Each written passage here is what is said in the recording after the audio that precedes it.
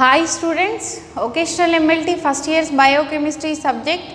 Today's topic is prevention, safety and first aid in lab accidents. ఇది వచ్చేసి మనకి unit 7 prevention safety and first aid in lab accidents. ల్యాబ్లో జరిగే ఆకస్మిక ప్రమాదాల నివారణ మరియు ప్రథమ చికిత్స గురించి ఈ యూనిట్లో మనం తెలుసుకుంటున్నాము. ముందు క్లాస్లో వచ్చేసి acid burns and alkaline burns గురించి తెలుసుకున్నాం కదా, వాటి యొక్క ప్రివెన్షన్ అండ్ ఫస్ట్ ఎయిడ్స్, వాటి వలన జరిగే ప్రమాదాలు మరియు వాటికి తీసుకోవాల్సిన ఫస్ట్ ఎయిడ్ గురించి తెలుసుకున్నాము. దెన్ ఈరోజు వచ్చేసి causatives of lab accidents and prevention, అంటే ల్యాబ్లో జరిగే యాక్సిడెంట్స్కి గల కారణాలు మరియు వాటి నుండి జాగ్రత్తలు and first aid. Okay, prevention or first aid గురించి కూడా తెలుసుకుందాము. In case of any accident, the lab staff must be able to give first aid and accident in the lab may caused by.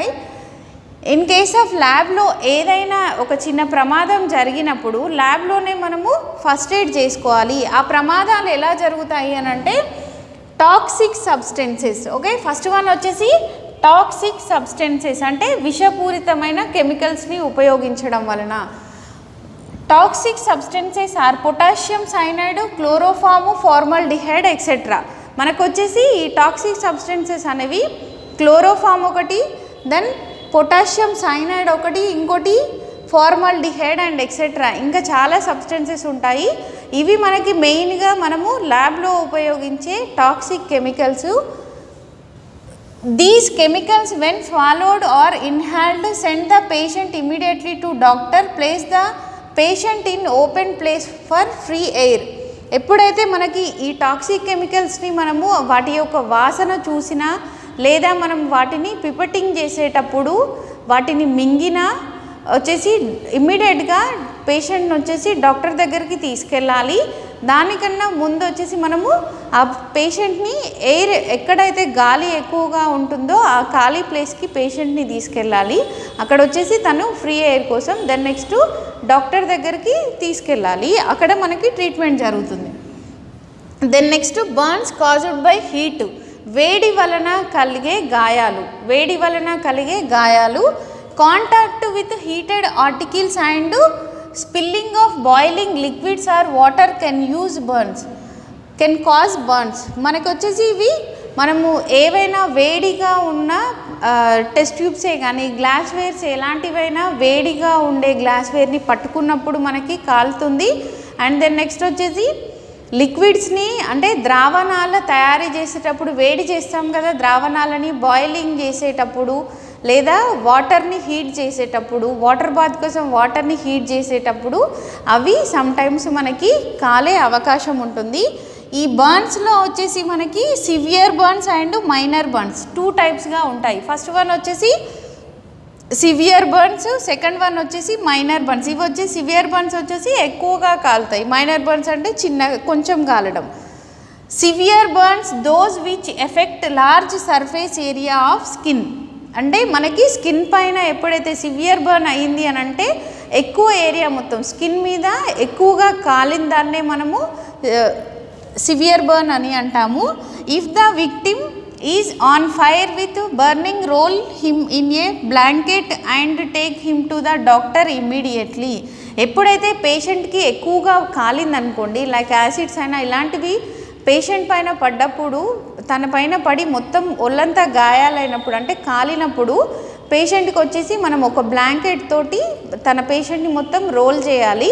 Then next వచ్చేసి ఇమ్మీడియట్గా doctor దగ్గరికి తీసుకెళ్ళాలి. మనం ఇలా కాలినప్పుడు ఎప్పుడైనా సరే వాటర్ వేయడం, కడగడం లాంటివి చేయకూడదు. డైరెక్ట్గా మనం ఒక బ్లాంకెట్లో రోల్ చేసేసి తనని ఇమ్మీడియట్గా డాక్టర్ దగ్గరికి తీసుకెళ్ళాలి. దెన్ నెక్స్ట్ వచ్చేసి మైనర్ బర్న్స్ అంటే చిన్న గాయాలు.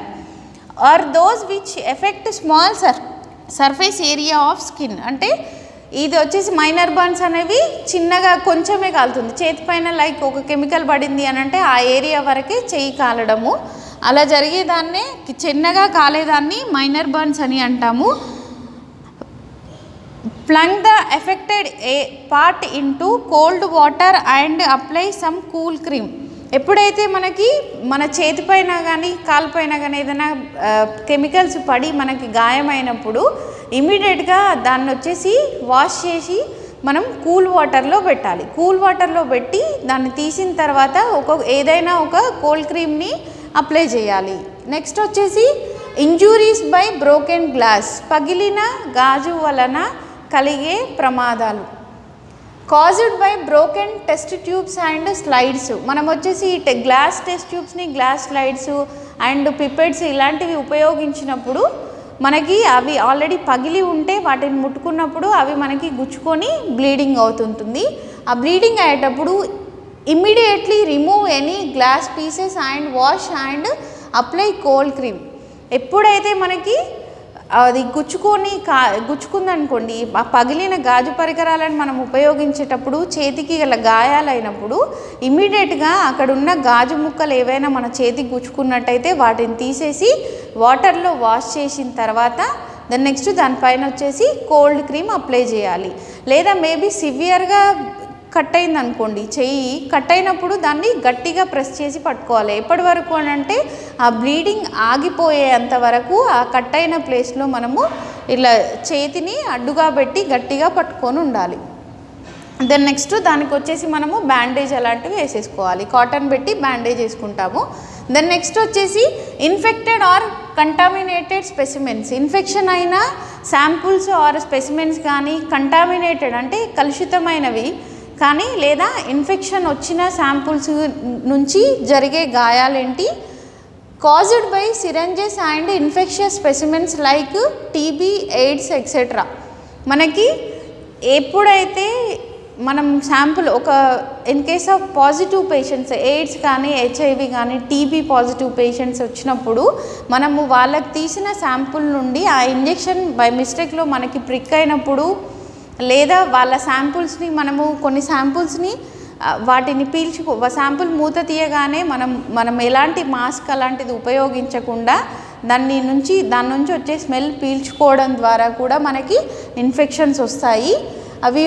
అది ఇమీడియట్గా మనకి ప్రిక్ అయినప్పుడు కానీ లేదా మనం అది వాసన వచ్చినప్పుడు మనం ముక్కులోకి డైరెక్ట్గా వెళ్ళినప్పుడు కానీ ఇమ్మీడియట్గా వాష్ చేసుకోవాలి. ఎప్పుడైతే నీడిల్ మనకి చేతికి గుచ్చుకోగానే ఇమ్మీడియట్గా మనము వాష్ చేయాలి.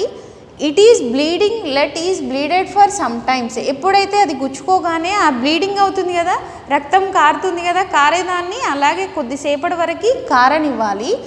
నెక్స్ట్ వచ్చేసి if now squeeze hard to make it bleed for several minutes, కొన్ని నిమిషాల వరకు మనము ఆ గుచ్చుకున్న పైభాగాన గట్టిగా ప్రెస్ చేసి ఆ బ్లడ్ని మొత్తం బయటికి పంపించేయాలి.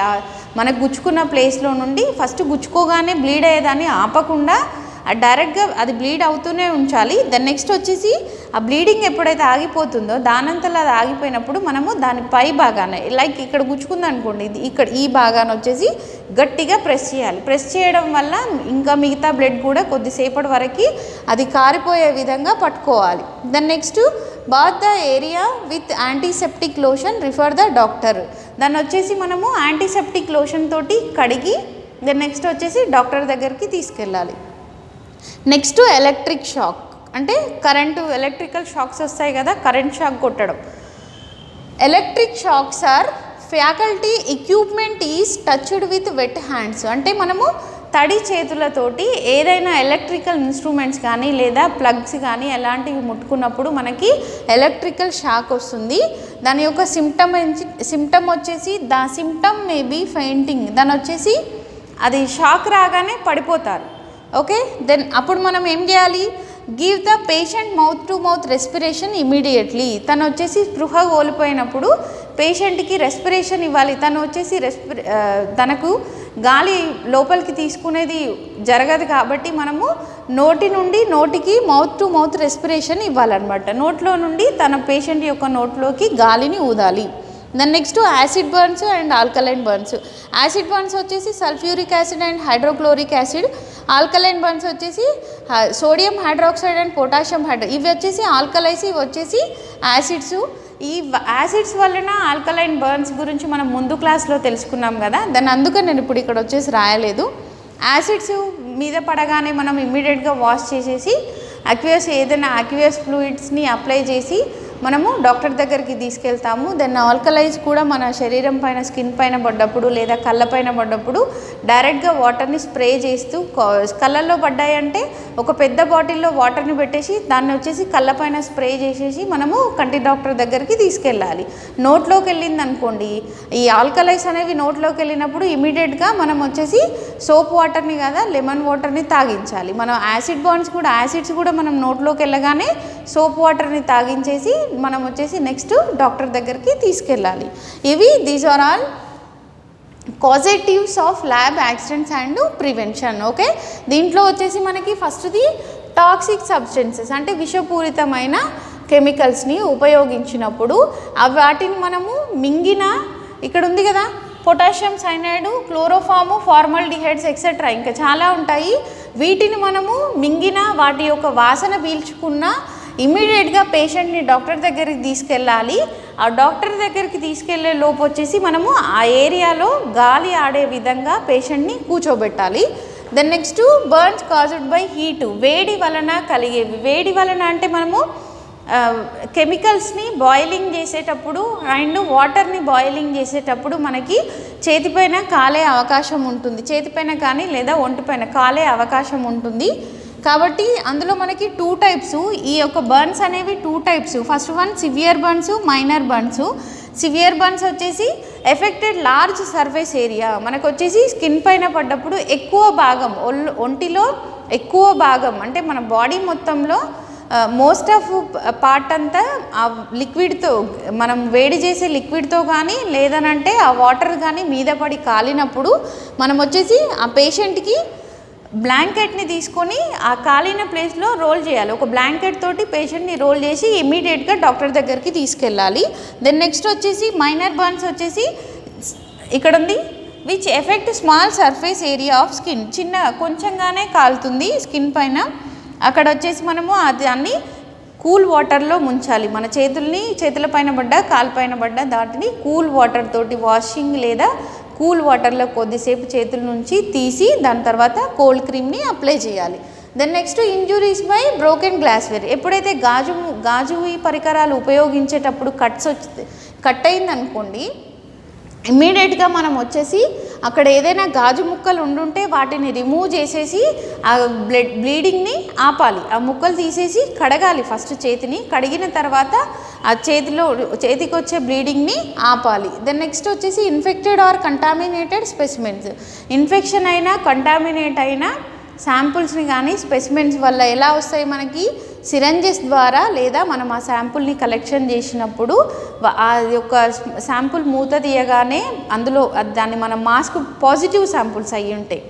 టీబీ శాంపుల్ ఉంది కదా, లైక్ స్పుటమ్ శాంపుల్ తీసుకున్నప్పుడు అది పాజిటివ్ అయ్యి ఉంటే మనం మాస్క్ వేసుకోకుండా అది స్మెల్ మనం తీసుకున్నప్పుడు మనకు కూడా సమ్టైమ్స్ పాజిటివ్ వచ్చే ఛాన్సెస్ ఉంటాయి.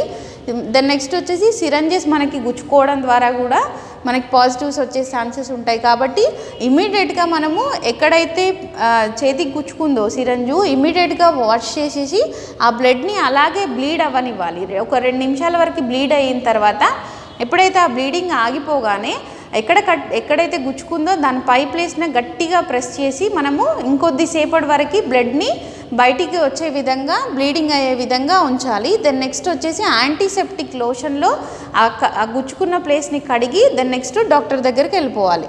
Next electrical shocks. ఈ ఎలక్ట్రికల్ షాక్స్ అనేవి మనము తడి చేతులతోటి ఎలక్ట్రికల్ ఇన్స్ట్రుమెంట్స్ని ముట్టుకున్నప్పుడు కానీ లేదా స్విచ్చెస్ అలాంటివి వేసినప్పుడు మనకి ఎలక్ట్రికల్ షాక్స్ వస్తాయి. ఈ ఎలక్ట్రికల్ షాక్స్ రాగానే పేషెంట్ పడిపోగానే తను శ్వాస ఆడదు. కాబట్టి శ్వాస ఆడడానికి నోటి నుండి మనము ఆ పేషెంట్ యొక్క నోట్లోకి గాలిని ఊదాలి, అంటే మౌత్ టు మౌత్ రెస్పిరేషన్ ఇవ్వాలి. దెన్ నెక్స్ట్ పేషెంట్ని డాక్టర్ దగ్గరికి తీసుకెళ్ళాలి. దెన్ నెక్స్ట్ వచ్చేసి acid burns and alkaline burns. Acid burns వల్ల కలిగే గాయాలు మనం ముందు క్లాస్లో తెలుసుకున్నాము. ఆల్కలై బర్న్స్ వల్ల కూడా కలిగే గాయాలు అండ్ ప్రివెన్షన్ గురించి ముందు క్లాస్లో తెలుసుకున్నాము. These are all infected lab accidents అనమాట. మనకి కాజేటివ్ ల్యాబ్ యాక్సిడెంట్స్ ఆర్ మనకు వచ్చేసి ఇన్ఫెక్షన్ వచ్చే విధంగా లేదా మనకి యాక్సిడెంట్స్ జరగడానికి వీటి వలన ఇవన్నీ కారణాలు. ఓకే, ఫస్ట్ వన్ వచ్చేసి టాక్సిక్ సబ్స్టెన్సెస్ బర్న్స్, ఆ బర్న్స్లో 2 types, severe burns, minor burns, injuries of broken glass, infected or contaminated specimens, electrical shocks, acid burns and alkaline burns. Okay students, thank you.